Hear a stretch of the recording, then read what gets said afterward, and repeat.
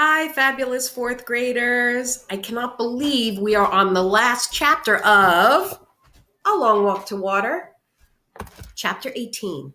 We're going to find out everything that happens in the end, and I am so excited. I cannot wait to read it to you. Chapter 18, Southern Sudan, 2009. Naya waited her turn in line. She was holding a plastic bottle. The well was finally finished. The gravel had been put down to make a foundation. The pump had been installed, and the cement had been poured and left to dry. Before the pump was used for the first time, the villagers all gathered around. The leader of the workers brought out a big sign made of blue canvas. The canvas had writing on it. The writing was in English, but the leader spoke to Naya's uncle, and Uncle told everyone what the sign said. In honor of Elm Street School, Uncle said.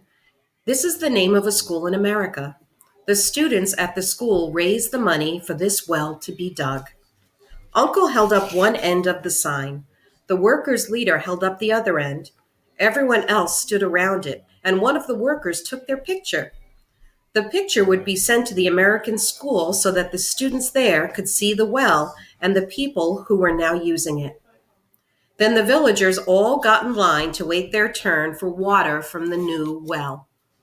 When Naya reached the head of the line, she smiled shyly at her uncle, who paused in his work for a moment to smile back at her.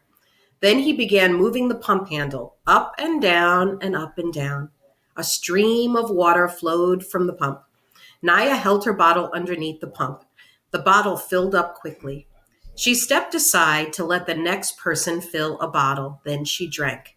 The water was delicious. It wasn't warm or muddy like the water from the pond. It was cool and clear. Naya stopped drinking and held up the bottle so she could look at it.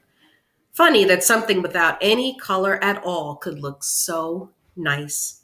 She drank a few more sips, then glanced around. Everyone had a bottle or a cup. They were drinking that lovely water, or waiting in line for more, or talking and laughing. It was a celebration. An old granddad, standing not far from Naya, shook his head. In a loud voice, he said, "This is where we used to gather for our bonfire celebrations. I have been sitting on this ground my whole life. And all those years, I never knew that I was sitting on top of this good water." Everyone around him laughed. Naya laughed too. In a few more days, the school would be finished. Naya and Deb and Akir would all go to school, along with the other children. Next year, there would be a marketplace where the villagers could sell and buy vegetables and chickens and other goods. There was even talk of a clinic someday, a medical clinic, so they wouldn't have to walk so far to get help as they had to when Akir was ill. It was the well that was bringing the village all these good things. But the well was not for their use alone. People would come from miles around to fetch the good, clean water.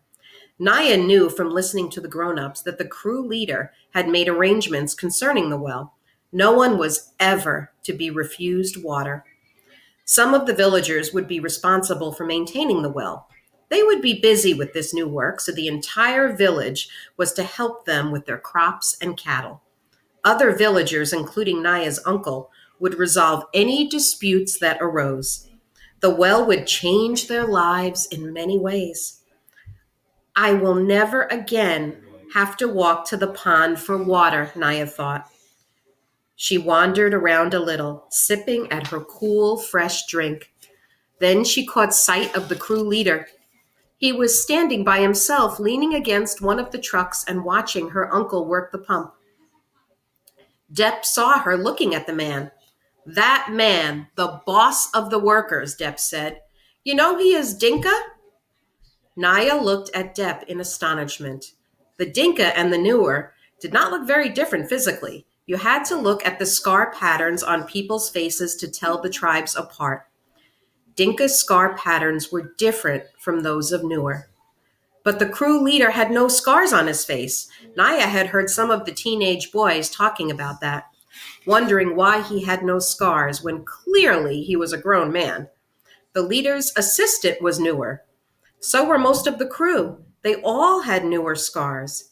Naya hadn't thought about it much, but she realized now she had always assumed that the leader was newer too. The Dinka and the Newer were enemies, had been for hundreds of years. Why would a Dinka bring water to us? She wondered aloud. I heard Uncle and Father talking about him, Depp said. He has drilled many wells for his own people. This year he decided to drill for the Newer as well. Depp had not really answered Naya's question. He probably doesn't know the answer, she thought. But now Naya felt there was something she had to do. She walked over to where the man was standing. He didn't notice her at first, so she waited quietly. Then he saw her. Hello, he said. Shyness flooded through Naya. For a moment, she didn't think she would be able to speak. She looked down at the ground, then at the stream of water still flowing from the pump, and she found her voice. Thank you, she said, and looked up at him bravely. Thank you for bringing the water. The man smiled. What is your name? He asked. I am Naya, she said. I am happy to meet you, Naya, he said. My name is Salva. So Naya and Salva meet in the end. Salva helps bring water to Naya's village. And that is the end of our story. Pretty amazing. Bye, everyone. Till next time, I'll share more about this in our next Read Aloud.